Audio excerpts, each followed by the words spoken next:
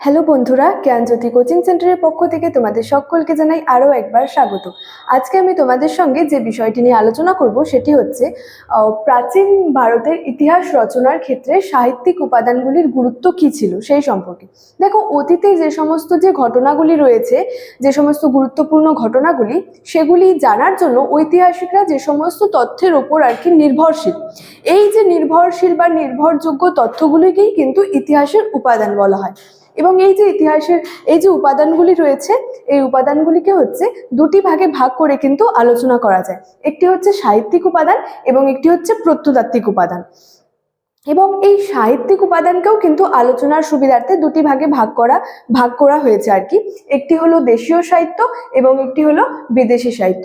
আজকে আমি তোমাদের সঙ্গে দেশীয় সাহিত্য নিয়ে কিন্তু আলোচনা করব। নেক্সট ক্লাসে কিন্তু এই বিদেশি সাহিত্য সম্পর্কে আলোচনা করব। তো আলোচনাটি শুরু করার আগে তোমাদেরকে একটু বলে দিতে চাই যে তোমরা যারা আমাদের সঙ্গে এই সেমিস্টারে যুক্ত হতে চাইছো, তারা উপরে দুটি নম্বর দেখতে পাচ্ছ, 6295916282 এবং 7076398606। এই দুটি নাম্বার হলো আমাদের জ্ঞানজ্যোতি কোচিং সেন্টারের অফিসিয়াল হেল্পলাইন নাম্বার। তো তোমরা যারা ভাবছো আমাদের সঙ্গে যুক্ত হবে, তারা এই দুটি নাম্বারের মধ্যে যে কোনো একটি নাম্বারে যোগাযোগ করে আমাদের সঙ্গে যুক্ত হয়ে যেতে পারো। তাহলে দেরি না করে আজকের আলোচনার বিষয় শুরু করছি। দেখো, দেশীয় সাহিত্যের মধ্যে যেগুলি রয়েছে সেগুলির মধ্যে হলো যে প্রথমেই বলি যে বৈদিক সাহিত্য, তারপরেই যেটা গুরুত্বপূর্ণ রয়েছে সেটা হচ্ছে মহাকাব্য। এছাড়াও রয়েছে বিভিন্ন পুরাণ, স্মৃতিশাস্ত্র, বৌদ্ধ ও জৈন সাহিত্য, সংস্কৃত সাহিত্য, জীবন চরিত এবং হচ্ছে আঞ্চলিক ইতিহাস। তো প্রথমে এই বৈদিক সাহিত্য সম্পর্কে বলি। তো এই বৈদিক সাহিত্য বা বেদ, তো এই বেদকে বেদ বা বৈদিক সাহিত্য কিন্তু এই প্রাচীন ভারতের ইতিহাসের উপাদান হিসেবে কিন্তু খুবই গুরুত্বপূর্ণ। বেদকে কিন্তু চারটি ভাগে ভাগ করা হয়েছে। একটি হচ্ছে ঋগ্বেদ, সামবেদ, যজুর্বেদ এবং হচ্ছে অথর্ববেদ। এবং এই প্রতিটি বেদ কিন্তু আবার চারটি ভাগে কিন্তু বিভক্ত রয়েছে। এবং সব থেকে হচ্ছে যে প্রাচীনতম ধর্মগ্রন্থের কথা যদি বলি, সেটি ছিল হচ্ছে ঋগ্বেদ।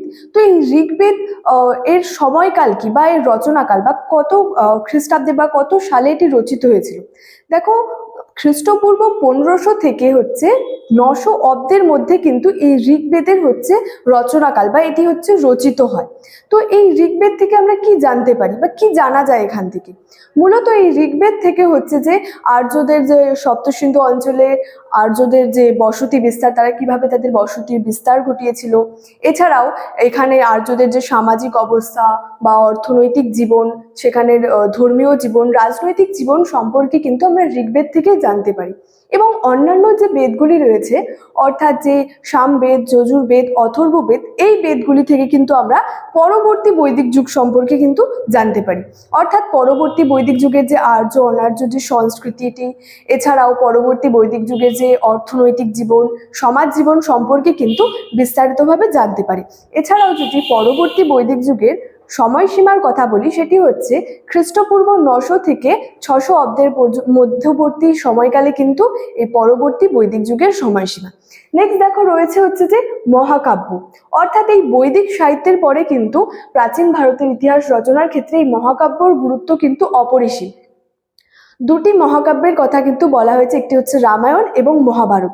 তো এই রামায়ণ মহাভারত থেকে, অর্থাৎ এই যে মহাকাব্য থেকে আমরা কি জানতে পারি বা কোন যুগের ইতিহাস জানতে পারি? মূলত পরবর্তী বৈদিক যুগের কিন্তু ইতিহাস জানা যায় এই মহাকাব্য থেকে।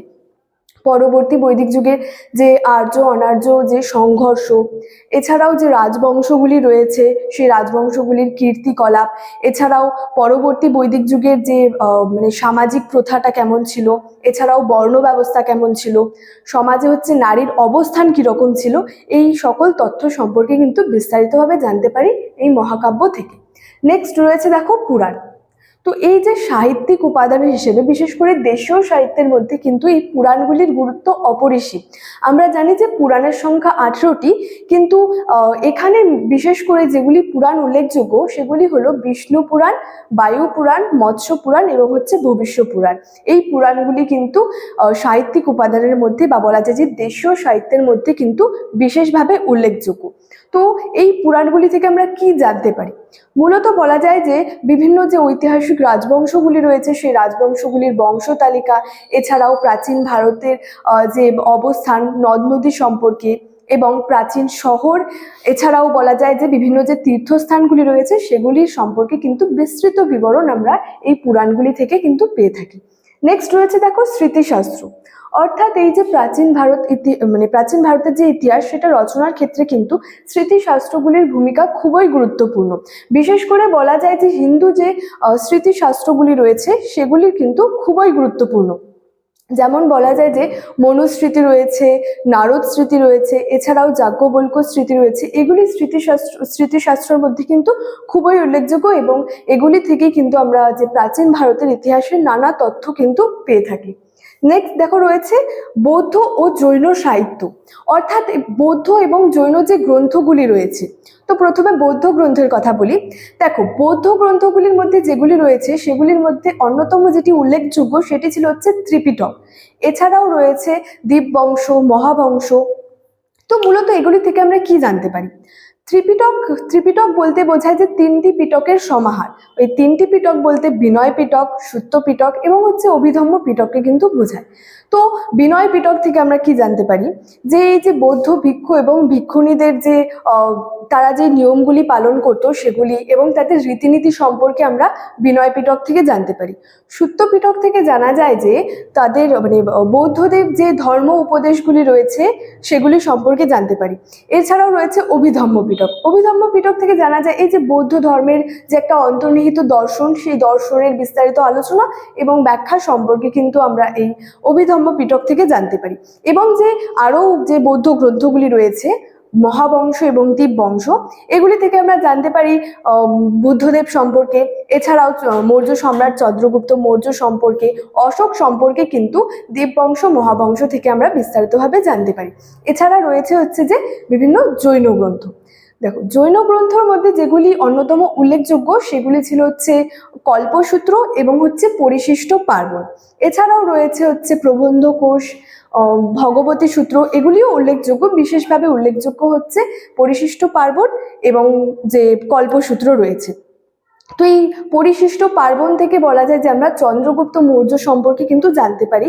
চন্দ্রগুপ্ত মৌর্যের বংশ পরিচয় সম্পর্কে জানতে পারি আমরা এই পরিশিষ্ট পার্বণ থেকে। জানতে পারি যে ঐতিহাসিক আর কি বলেছেন যে চন্দ্রগুপ্ত মৌর্য ছিলেন ক্ষত্রিয় বংশজাত। তো এই জৈন গ্রন্থগুলি থেকেও আমরা চন্দ্রগুপ্ত মৌর্য সম্পর্কেও কিন্তু বিভিন্নভাবে তার সম্পর্কে জানতে কিন্তু সাহায্য করে জৈন গ্রন্থগুলি। নেক্সট রয়েছে দেখো সংস্কৃত সাহিত্য, অর্থাৎ সংস্কৃত সাহিত্যের মধ্যে কি কি উল্লেখযোগ্য রয়েছে। দেখো প্রাচীন ভারতের ইতিহাস রচনার ক্ষেত্রে যেমন বৈদিক সাহিত্য, মহাকাব্য, পুরাণ, স্মৃতিশাস্ত্র, বৌদ্ধ জৈন গ্রন্থগুলি বা যে সাহিত্যগুলি যেমনভাবে উল্লেখযোগ্য রয়েছে, তেমনই কিন্তু এই সংস্কৃত সাহিত্যও কিন্তু বিশেষভাবে উল্লেখযোগ্য রয়েছে। যেমন তার মধ্যে একটি অতি গুরুত্বপূর্ণ হলো কৌটিল্যের লেখা অর্থশাস্ত্র। এছাড়াও রয়েছে হচ্ছে পাণিনির ব্যাকরণ অষ্টাধ্যায়ী। এছাড়া তারপরে যে কালিদাসের রঘুবংশম রয়েছে, বিশাখ দত্তের দেবী চন্দ্রগুপ্তম রয়েছে প্রভৃতি কিন্তু যে সংস্কৃত সাহিত্যও কিন্তু রয়েছে। নেক্সট দেখো রয়েছে হচ্ছে জীবনচরিত, অর্থাৎ কি কি জীবনচরিত ইতিহাসের প্রাচীন ভারতের ইতিহাস সাহিত্যিক উপাদানের মধ্যে বিশেষভাবে উল্লেখযোগ্য। তো এক্ষেত্রে বলা যায় যে বিলহনের বিক্রমাঙ্কদেব চরিত, এছাড়াও রয়েছে সন্ধ্যাকর নন্দীর রামচরিত। তো এগুলো কিন্তু বিশেষভাবে জীবনচরিতের মধ্যে কিন্তু বিশেষভাবে উল্লেখযোগ্য। নেক্সট দেখো রয়েছে যে আঞ্চলিক ইতিহাস, অর্থাৎ এই আঞ্চলিক ইতিহাস থেকে আমরা কি জানতে পারি? মূলত বলা যায় যে গুজরাট, কাশ্মীর এবং হচ্ছে যে নেপালের কিন্তু যে একটা ইতিহাস সেটা কিন্তু বিভিন্ন তথ্য কিন্তু আমরা পেয়ে থাকি। এছাড়াও এদের উল্লেখযোগ্য যদি বলি আঞ্চলিক ইতিহাসের মধ্যে, সেটি হচ্ছে কলহরের রাজতরঙ্গিনী। এই কলহরের রাজতরঙ্গিনী থেকে কিন্তু আমরা যে সপ্তম এবং যে দ্বাদশ শতাব্দীর যে একটা কাশ্মীরের যে একটা ইতিহাস সেটা সম্পর্কে কিন্তু বিস্তারিতভাবে জানতে পারি। অর্থাৎ যেগুলি সাহিত্যিক উপাদানের মধ্যে যেগুলি বিশেষভাবে উল্লেখযোগ্য সেগুলি নিয়েই কিন্তু আজকের এই ক্লাসটি, দেশীয় সাহিত্যের মধ্যে যেগুলি ছিল এই ক্লাসটিতে কিন্তু আমি বিস্তারিতভাবে আলোচনা করলাম। তো এই ছিল আজকে আমার আলোচনার বিষয়। ভিডিওটি ভালো লাগলে অবশ্যই লাইক, কমেন্ট এবং বন্ধুদের সঙ্গে শেয়ার করতে কিন্তু একদমই ভুলবে না। দেখা হচ্ছে তোমাদের সঙ্গে পরবর্তী ক্লাসে একটি নতুন টপিক নিয়ে। ততক্ষণের জন্য তোমরা প্রত্যেকেই ভালো থেকো, সুস্থ থেকো। Thank you so much. Thanks for watching.